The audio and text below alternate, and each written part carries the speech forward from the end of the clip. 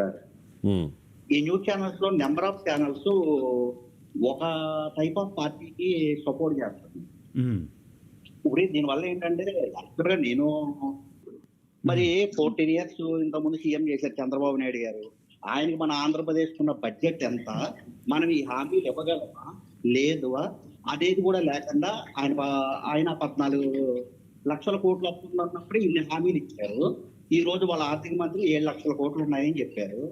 ఇప్పుడు కూడా ఆయన పథకాలు అమలు చేయలేకపోతున్నారు. అంటే ఇంతకుముందు జగన్మోహన్ రెడ్డి ఇచ్చినప్పుడు మన శ్రీలంక అయిపోయినప్పుడు దివాలా తీసినప్పుడు ఇన్ని హామీలు ఇచ్చినప్పుడు కూటమి ప్రభుత్వం ఇప్పుడు దివాలా తీయదా సార్? ఆ మాత్రం ఇప్పుడు విజనరీ అంటారు. ఆ మాత్రం విజనరీ ఉంటే హైదరాబాద్ ఒకటే ఎందుకు డెవలప్ అవుతుంది సార్? మన మొత్తం ఎంటైర్ అప్పుడున్న ఉమ్మడి ఆంధ్రప్రదేశ్ మొత్తం కూడా అన్ని ఏరియాలు కూడా డెవలప్ చేయాలి కదా సార్. ఇప్పుడు ఆయన ఆ రోజు ఇప్పుడు మాట్లాడితే సైబరాబాద్ సిటీ అంటారు. సైబరాబాద్ అనేది అప్పుడు కాంగ్రెస్ గవర్నమెంట్ లో రాజీవ్ గాంధీ గారు ఉన్నప్పటి నుంచి మనం కంప్యూటర్స్ గురించి తెలుసుకున్నాం. తర్వాత కాంగ్రెస్ గవర్నమెంట్ లోని ఈ టవర్స్ ఏర్పాటు జరిగింది. అప్పుడు చంద్రబాబు నాయుడు గారు ఆయన అంతా కృషి చేశారు.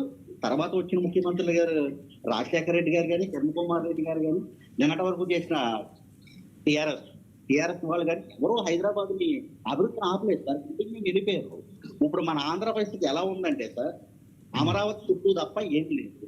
లాస్ట్ ఇయర్ సీఎం గా చేసినప్పుడు చంద్రబాబు నాయుడు గారు ప్రతి సోమవారం పోలవరం అన్నారు. ఇప్పుడు ఆ పోలవరం ఏమైందో మాకు తెలియదు. మాట్లాడితే మేము చాలా న్యూస్ ఛానల్ చూస్తాం సార్. ఈ 1 ఇయర్ నుంచి ఏం జరుగుతుందంటే ఈ ఏదైనా అడిగితే జగన్మోహన్ రెడ్డి చేయలేదు కాబట్టి ఆయన 11 సీట్లు ఇచ్చామండి. ఇచ్చారు జనాలు. ఇప్పుడు మీరు వచ్చారు కదా, మీరేం చేస్తారో చెప్పాలి కదా. మాట్లాడితే అమరావతిలో ల్యాండ్ తీసుకుంటాం, ఇంకా కూలింగ్ చేస్తాం. ఉన్నదాన్నే మీరు ఏమీ చేయలేరు, ఇంకా తీసుకుంటారు. దాన్ని తీసుకుని అమ్ముతారంట. అన్ని